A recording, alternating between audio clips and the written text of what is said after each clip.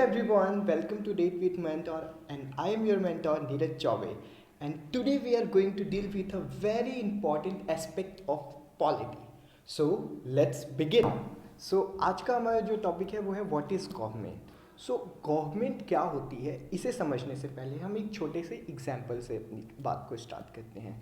मानते हैं कि हमारे पास एक सोसाइटी है, उस सोसाइटी में 5 लोग रहते हैं. ओके सो अगर उन सोसाइटी के लोग, और एक और बात यह है कि 5 लोग तो रहते हैं लेकिन उस सोसाइटी में कोई हमारे पास लीडर नहीं है. सो होगा क्या, जब भी हमें कोई डिसीजन लेगा ना होगा तो वो 5 लोग डिसीजन लेंगे. सो 5 लोग डिसीजन लेंगे तो 5 डिफरेंट टाइप्स के ओपिनियंस होंगे. और अगर 5 डिफरेंट तरीके के ओपिनियंस होंगे तो एक कॉमन ओपिनियन आ नहीं पाएगा.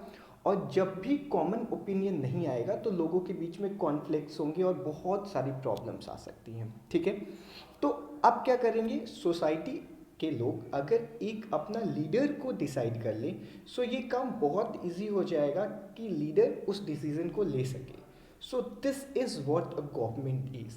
जब भी ह्यूमन बींग्स एक साथ रहते हैं जब भी ह्यूमन बींग्स एक साथ रहते हैं बहुत सारे कॉन्फ्लिक्ट्स होते हैं क्योंकि वो अपने डिसीजंस खुद नहीं ले सकते, सारे डिसीजंस खुद नहीं ले सकते. दूसरा, उनके बीच में इतना अच्छा कोऑर्डिनेशन नहीं हो सकता.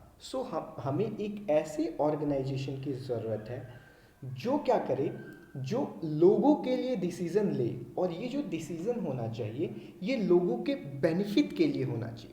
ये क्या करे, लोग, ऐसा ऑर्गेनाइजेशन जो लोगों के लिए डिसीज़न ले, लोगों के बेनिफिट के लिए डिसीज़न ले, और डिसीज़न लेने के साथ साथ उस डिसीज़न को इम्प्लीमेंट भी करे.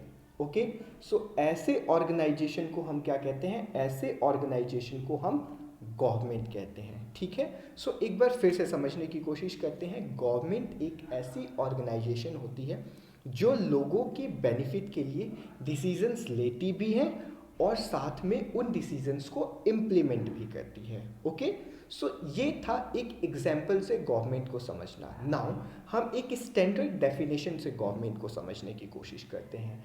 And what was that standard definition? Standard definition is government is an institution through which a society makes and enforces its public policies. right? कि जो भी सोसाइटी के लिए हमने पॉलिसीज़ बनाई है वो इन्फोर्स किया जाए और बेसिकली इम्प्लीमेंट किया जाए. Okay this is what government. हमें ये पढ़ना है कि गवर्नमेंट के कितने लेवल्स होते हैं. ठीक है, जब भी आप लेवल्स ऑफ गवर्नमेंट की बात करते हैं गवर्नमेंट के बेसिकली 3 लेवल्स होते हैं. Okay, local government, local level government, state level government and national level government. ठीक है, सबसे पहले हम इस कहानी को स्टार्ट करते हैं लोकल लेवल गवर्नमेंट के से. लोकल लेवल गवर्नमेंट वो गवर्नमेंट होती है जो लोकल एरियाज़ में काम करती है. जैसे कि अगर मैं गांव की बात करूं गांव की जो पंचायत है वो एक लोकल लेवल गवर्नमेंट है. लेकिन अगर मैं टाउन्स की बात करूं तो टाउन्स में भी एक लोकल लेवल गवर्नमेंट होती है. ठीक है, ऐसी गवर्नमेंट जो वर्क करे या तो टाउन्स में या विलेजेस में, ऐसी गवर्नमेंट को हम लोकल लेवल गवर्नमेंट बोलते हैं. डन. नेक्स्ट जो टाइप ऑफ गवर्नमेंट है हमारे पास which is state level government. ठीक है, स्टेट लेवल गवर्नमेंट कैसी गवर्नमेंट होती है? स्टेट लेवल गवर्नमेंट वो गवर्नमेंट होती है जो वर्क करती है इंटायर स्टेट के लिए. ये बात बहुत इंपॉर्टेंट है, ये वर्क करती है, ये किसी विलेज और टाउन के लिए वर्क नहीं करती. ये कॉम्बिनेशन ऑफ विलेज और टाउन मतलब एक इंटायर स्टेट के लिए वर्क करती है. जैसे कि दिल्ली है एक state, Delhi, I am really sorry, Bihar एक स्टेट है. बिहार स्टेट है, बिहार के लिए कि स्टेट गवर्नमेंट चाहिए. जो बिहार की गवर्नमेंट होगी उसी को बोलेंगे स्टेट लेवल गवर्नमेंट. ठीक है, जो तीसरे तरीके की जो हमारी लेवल ऑफ गवर्नमेंट होती है which is national level of government. ठीक है, ये ऐसी गवर्नमेंट होती है जो काम करती है पूरी की पूरी कंट्री के लिए. ठीक है, अगर ये पूरी की पूरी कंट्री के लिए काम करती है इसका मतलब हम ये बोल सकते हैं कि ये रही मेरी कंट्री. ठीक है, ये क्या हो गया मेरा नेशनल लेवल गवर्नमेंट.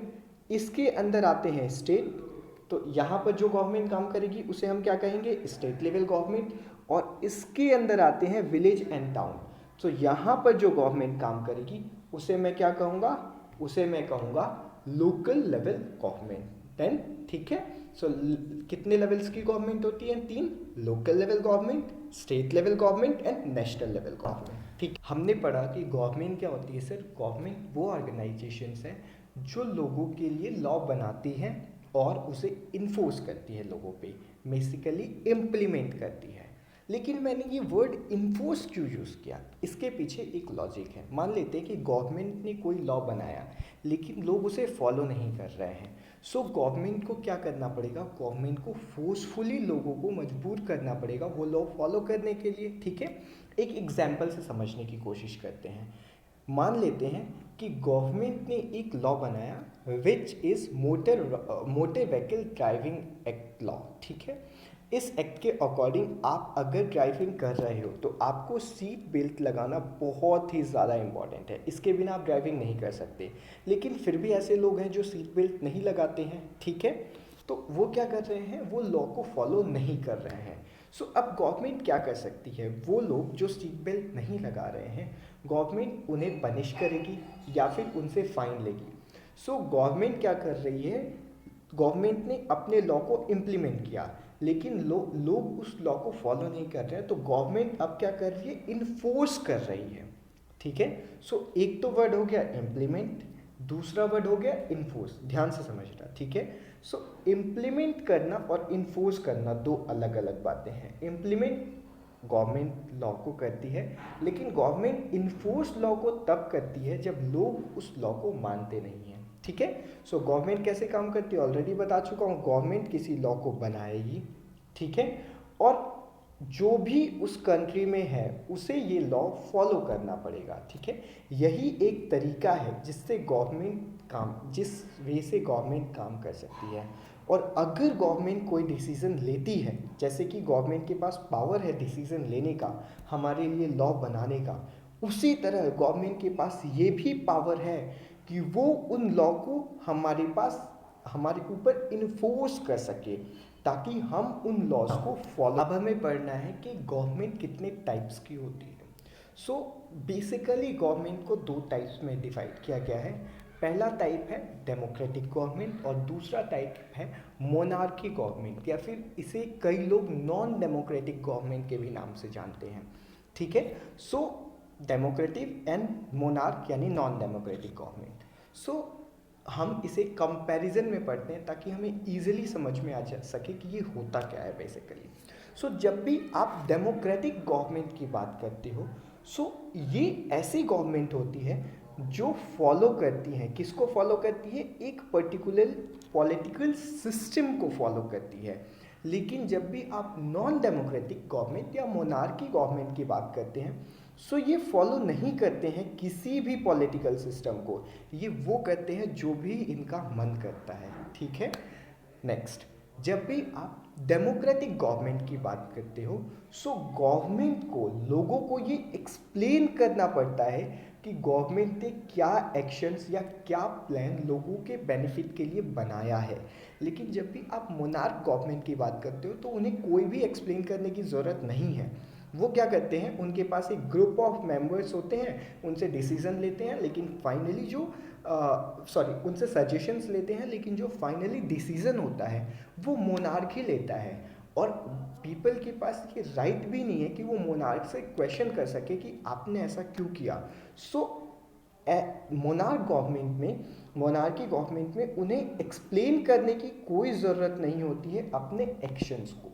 ठीक है, जो फिर तीसरी जो बात करते हैं वो ये है कि डेमोक्रेटिक गवर्नमेंट में जो पावर होता है वो लोगों के पास होता है। अब पावर लोगों के पास कैसे होता है यार? पावर लोगों के पास ऐसे होता है कि लोगों के पास राइट होता है वोट देने का।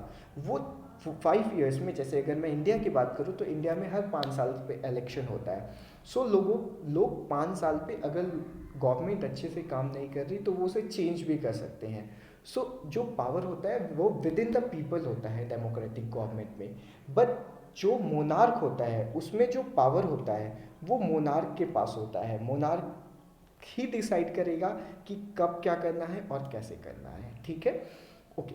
अब डेमोक्रेटिक गवर्नमेंट की बात करोगे तो पीपल जो होते हैं वो चूज करेंगे कि उनके लिए क्या सही है, ठीक है। लेकिन मोनार्की की जब बात करोगे तो मोनार्क डिसाइड करता है कि पीपल के लिए क्या सही है। अब इसे एक एग्जाम्पल से समझने की कोशिश करते हैं। मानते हैं गवर्नमेंट कोई एक लॉ लाती है जो लोगों को पसंद नहीं आता है। सो लोग गवर्नमेंट को ये शो कर सकते हैं कि लोगों के को ये लॉ पसंद नहीं है, जिससे गवर्नमेंट को मजबूर होकर वो लॉ वापस लेना पड़ेगा। लेकिन मोनार्की में ऐसा कुछ नहीं होता है। मोनार्क ने अगर लॉ बना दिया तो बना दिया, लोगों को वो फॉलो करना ही पड़ेगा। ओके। सो जब भी आप डेमोक्रेटिक गवर्नमेंट की बात करोगे, सो पीपल के पास इक्वल राइट होता है, लोगों के पास इक्वल राइट्स होते हैं। ऐसा नहीं कर सकते कि एक के पास वो राइट है लेकिन दूसरे के पास वो राइट्स नहीं है। लेकिन जब भी आप मोनार्की की बात करते हो, सो यहाँ लोग इक्वली ट्रीट नहीं किए जाते, ठीक है। मोनार्की में सबके पास अनइक्वल राइट होता है। अगर कोई राजा के अंडर में काम करता है था तो उसके पास अलग राइट्स होंगे, जो अलग दूसरे लोगों के उनके पास अलग राइट्स होंगे, ठीक है।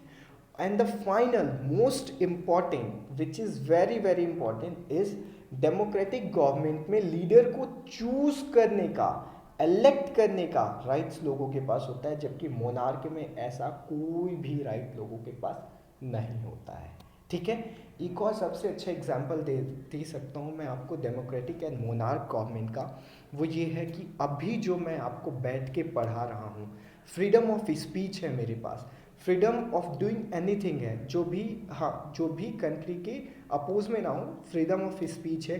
ये भी डेमोक्रेटिक गवर्नमेंट के कारण ही है, वरना अगर मोनार्क गवर्नमेंट होता तो मेरे पास फ्रीडम ऑफ स्पीच नहीं होता, ठीक है। सो यही फ़ायदा है डेमोक्रेटिक गवर्नमेंट का ओवर मोनार्क गवर्नमेंट या फिर नॉन डेमोक्रेटिक गवर्नमेंट।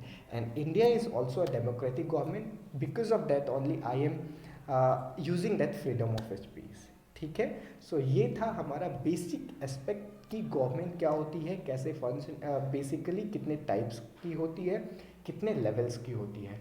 गवर्नमेंट की और भी बातें डिटेल्स हम नेक्स्ट स्लाइड में पढ़ने की कोशिश करेंगे। Okay, thank you so much for watching this video. Please give your valuable feedback. Okay.